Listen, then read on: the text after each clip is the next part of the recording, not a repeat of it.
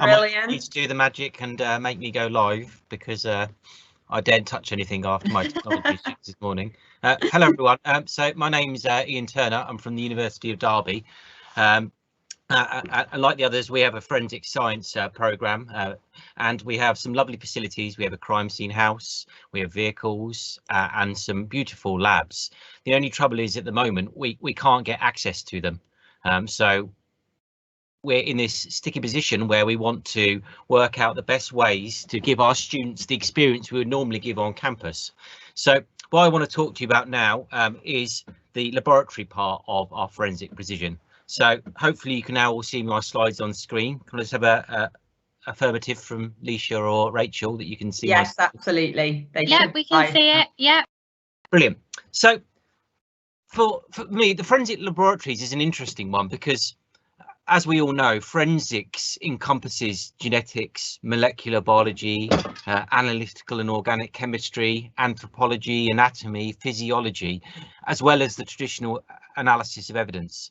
So I'm kind of covering forensic aspects, but also talking about more general sciences, which may be part of your forensic degree programs or your BTEC courses. So I'm really encompassing all of those things in together.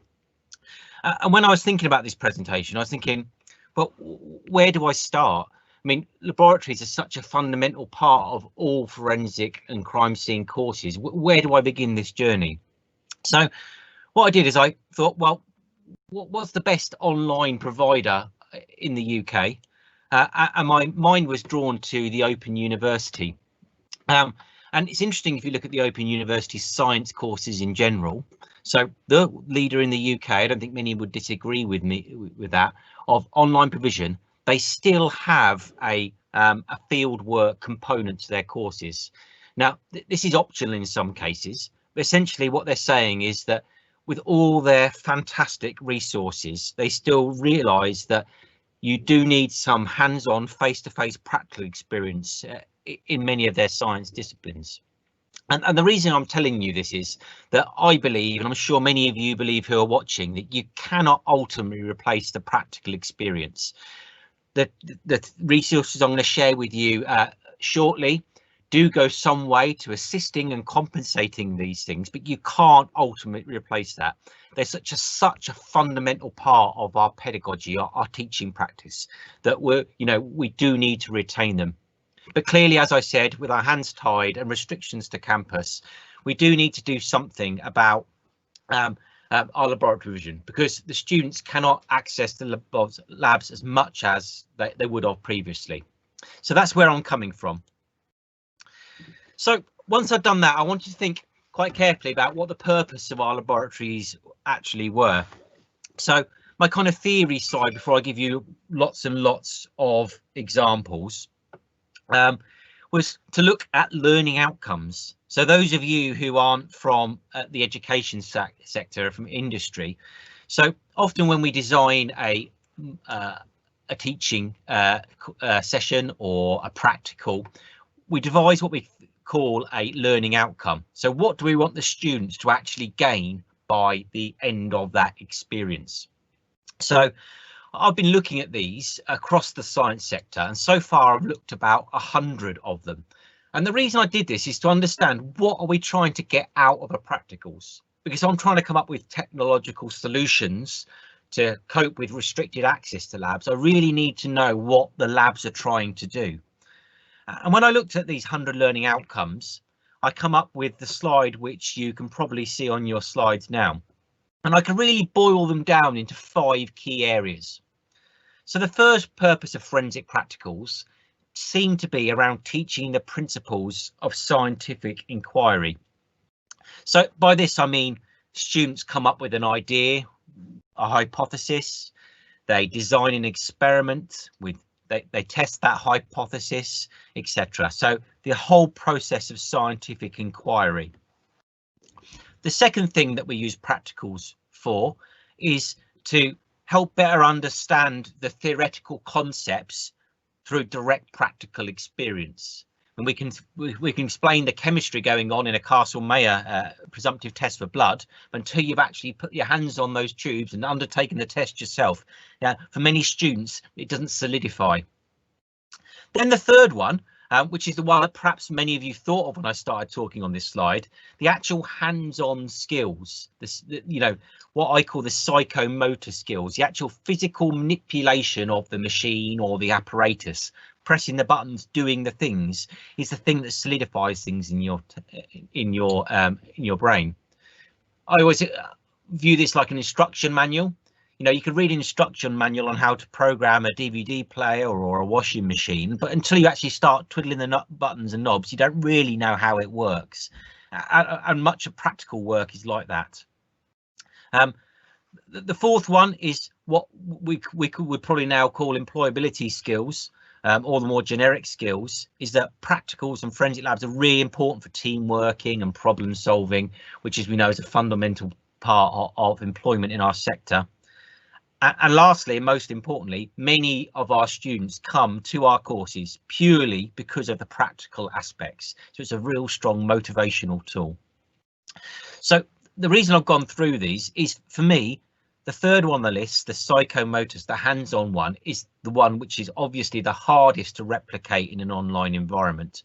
So a lot of the resources I'm going to talk about going forward are really maximising the opportunities that we have to give students those hands-on practical skills by looking at some of the other ones and see if we can replicate those remotely whilst we have restrictions to lab access. So the rest of my talk is in two halves. The first half is, what did the sector do as we faced these restrictions to our schools, colleges and universities as the COVID pandemic spread across the UK, so up until this point in time. And then I'm going to finish off by talking about what are colleges, universities and schools planning on doing going forwards from September beyond. And there are some parallels. So this information is drawn from a big survey of the sector and just keeping an eye on what's going on. And I have looked at both UK and the USA. And really, when all of a sudden we couldn't get access to our laboratories, there were four principal things that people did. They used video, they used animation, they used data sets, and they used simulation. And what I'm going to do now is show you how these were used and then start giving you some specific examples of how these could be used in a forensic setting. So how did they use these four solutions? Well, they tended to use them in two kind of areas, both pre-lab and during lab. So pre-lab, so videos or animations of the setup of the apparatus, showing what the student would experience in the laboratory. Videos and animations of the context and the aims of the experiment, what the purpose of it was. They used them as theory bridges, so explaining the principles from the class and how they relate to the bits of equipment that they're about to utilise, and for the health and safety briefings. And for me, this little bubble that says pre-lab is something that equally applies going forward into September. If a student's only going to have limited time in the laboratory because of restrictions, then we want to make sure that every single moment that they have in the lab, they are actually physically doing something. So if we can prepare videos or animations that deal with things that we normally talk about in the laboratory, then it can maximise the time that they get in there themselves. During the labs, to replace the labs itself, which is perhaps what we're more interested in, there were all sorts of things that people did. Some people did fully simulated practicals, and I'll share some resources that allow you to do that in a minute. But this is generally not something that people can build from scratch if you didn't have the capability already. What a lot of people did is instead use things like videos to do either third-person run-throughs, so someone was actually filming them undertaking the experiment, or a point of view, so using a mobile phone device or a strap-on camera, and we use GoPros at the University of Derby in order to film the kind of hands-on version. And towards the end, I'll talk about some innovation where you could perhaps do this live streaming, for example. So sometimes it may be more sensible to think, well, can I get 50 students in the lab and me, or could I just get me in the lab to film the experiment prior or even live and allow the students to watch it and interact with me? Maybe that's the better call for some of the practicals. So there's some of the ways that these things were used, but let's talk about examples. So there are absolutely bucket loads of science animations and simulations out there, and I've just chosen 4 here as a representative sample. And my very last slide, you'll have a list of a very big database which has got all of these in it. So just quick work through. So top left, we've got a PCR simulator for basic molecular biology practicals. This is a good example because if you do choose to click on the link, it doesn't look very fancy. I mean, it doesn't look very impressive from the graphics, but it allows you to modify the parameters of PCR reaction and understand the outputs. And you can see it's designed by a team of academics from the University of Birmingham. Likewise, top right, a simple equation manipulator for the Michaelis-Menten enzyme kinetics for a biochemistry or chemistry practical. So both of these are good examples where clearly they would need to be part of a lesson or part of a lab where you'd provide some context beforehand, perhaps give the students some specific questions to address while they undertook the simulator, but could be part of a replacement laboratory experience or be undertaken prior to going to actually use a PCR machine in the hands-on sense. Bottom left, we have a histology guide. This is a fantastic resource. So there are hundreds of tissue samples, and when you click on any of the tissue samples, you bring up a microscope image which starts at 10 times and goes all the way up to 400. They're all fully labelled with organelles and microstructures. You can measure, you do all sorts of fantastic things, a really detailed bank, all completely free.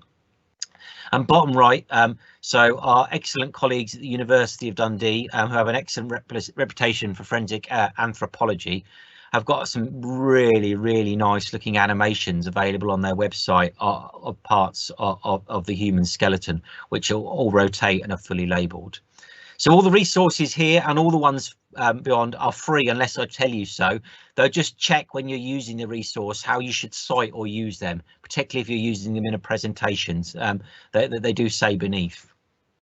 So there's some very general science ones, just to show you there are some forensic specific ones as well. So the top 2 are probably more appropriate for our colleagues in FE. So these are kind of courses to looking at specific aspects of forensic science. I deliberately included the one in the top right, CSI Web Adventures, because it's something that perhaps those in HE may think, you know, I'm not so sure about that on first glance.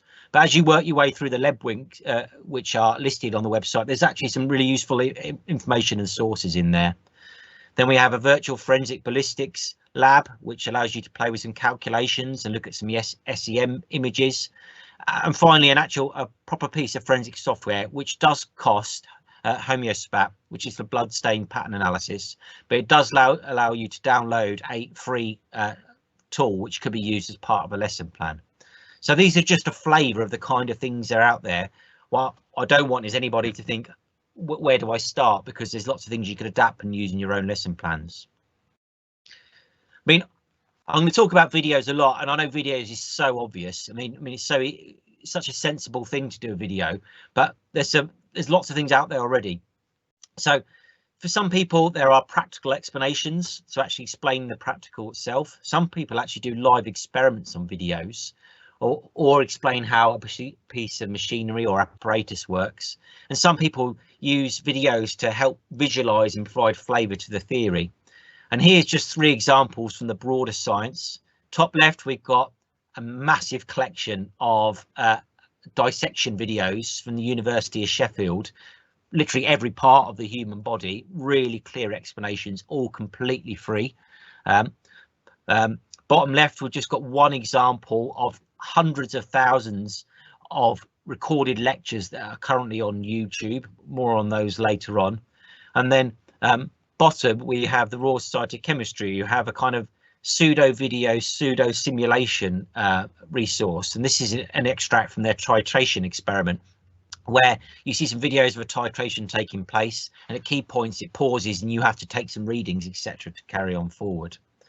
So they're very general, and there's also loads and loads of science ones. Really apologies for using University of Derby only resources, but at least I know where they came from.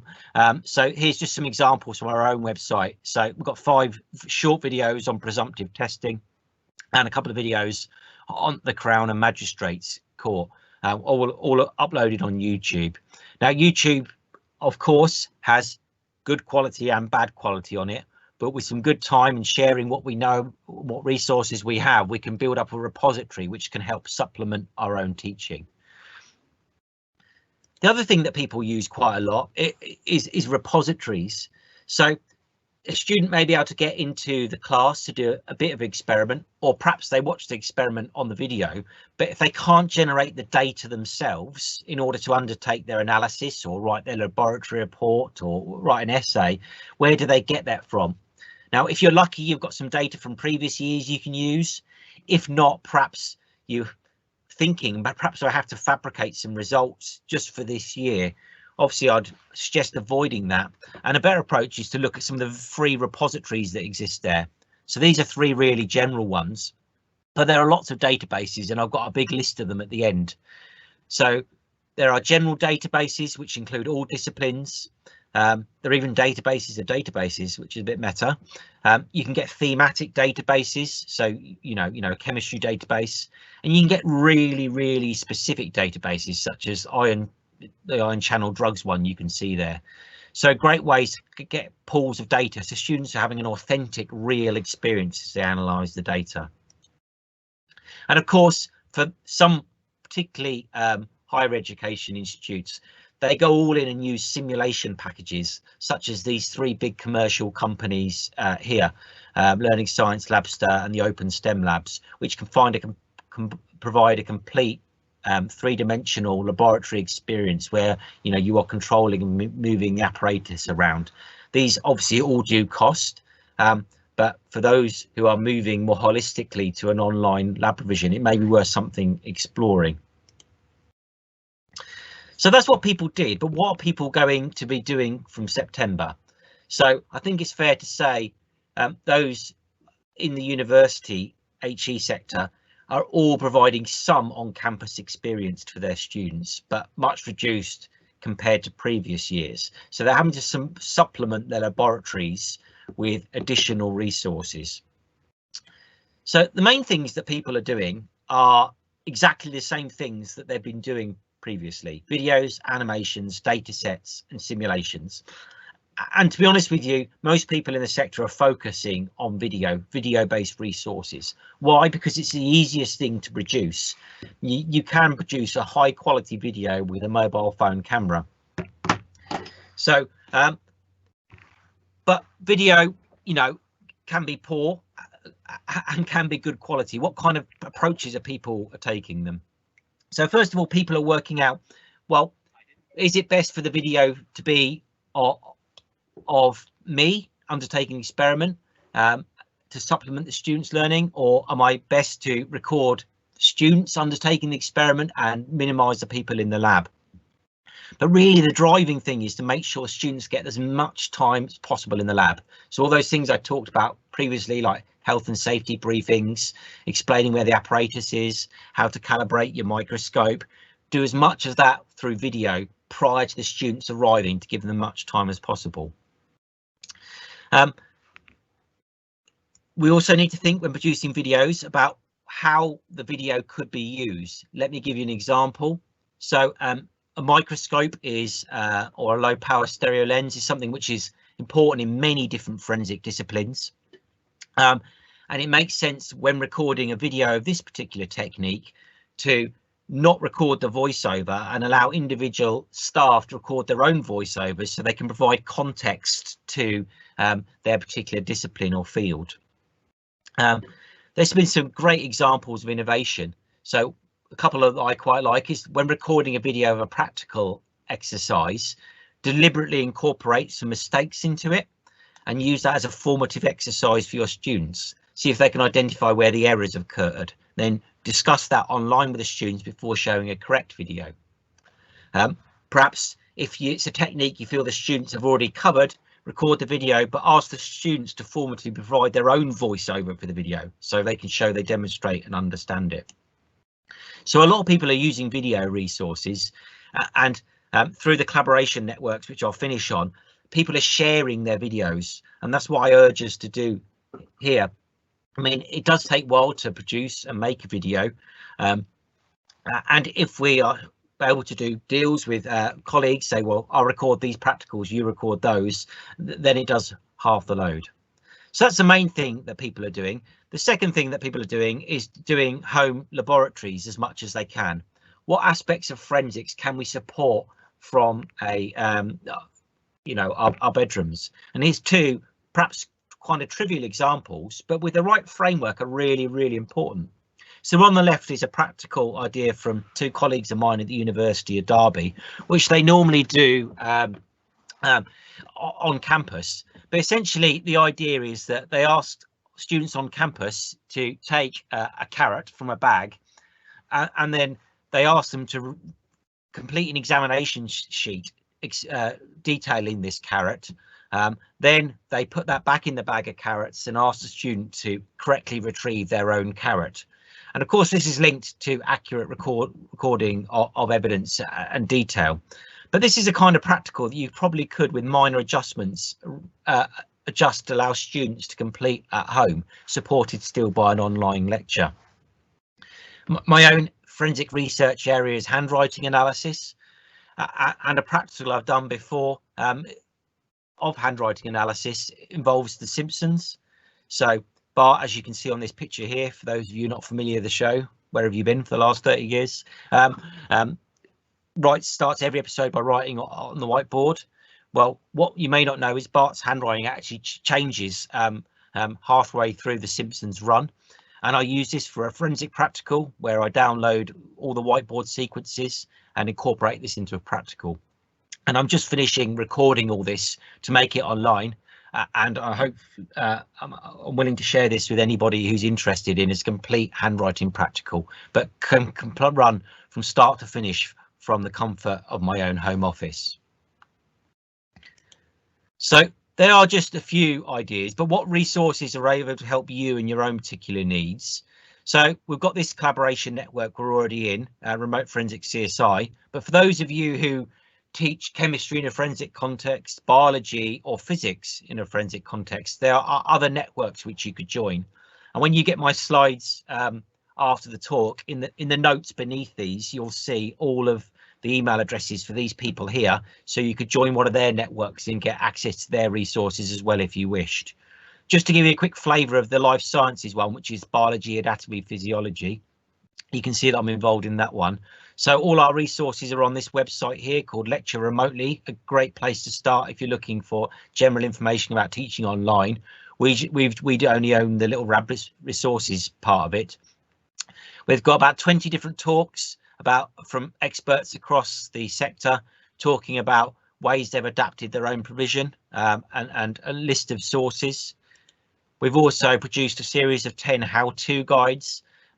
These are one-page guides which you can download, obviously completely free, which give you a starter for how to do something. So mine is about how to produce videos for recording practical resources.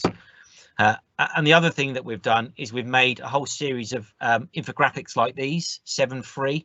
So 7 downloadable infographics, and each of those has 7 web links to free resources linked to those themes that you can see on the left.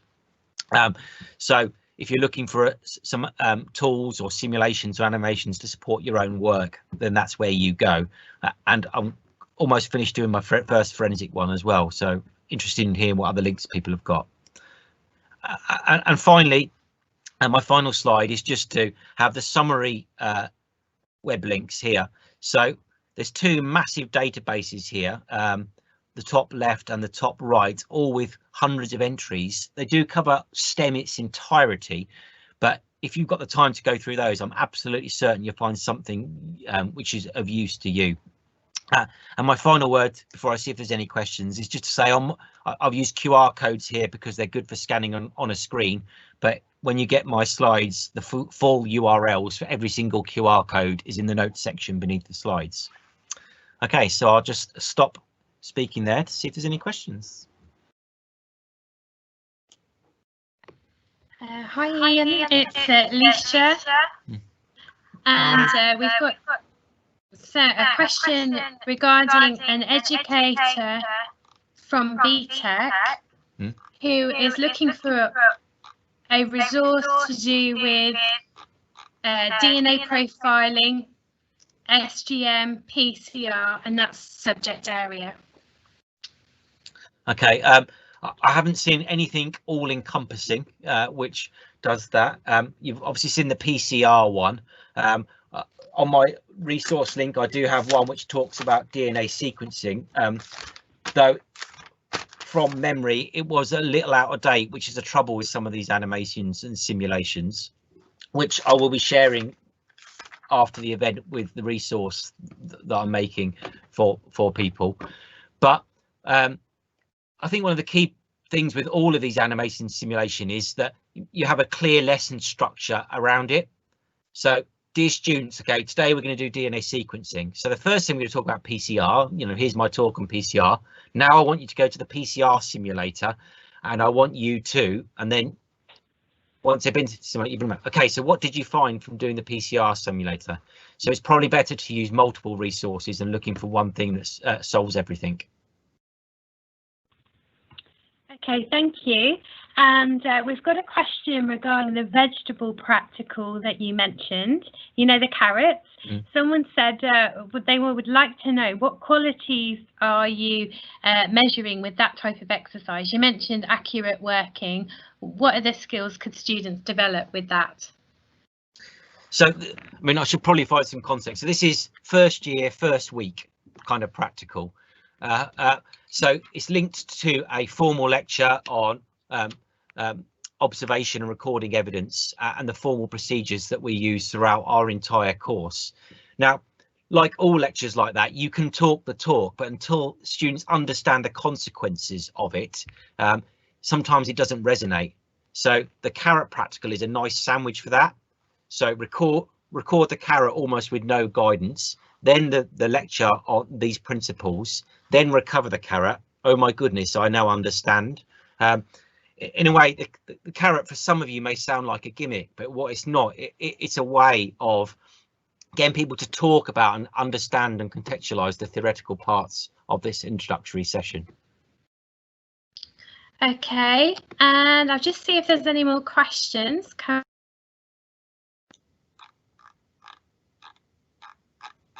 I had one while you were having a look, Alicia. So we had a question being asked around, it's great obviously that we're developing student skills remotely, but they were interested to know how we were going to be doing the practical assessments and whether we were still going to be doing labs to develop the practical skills of students during this academic year. So I thought each one of us could say something really short about what each of our institutions are doing.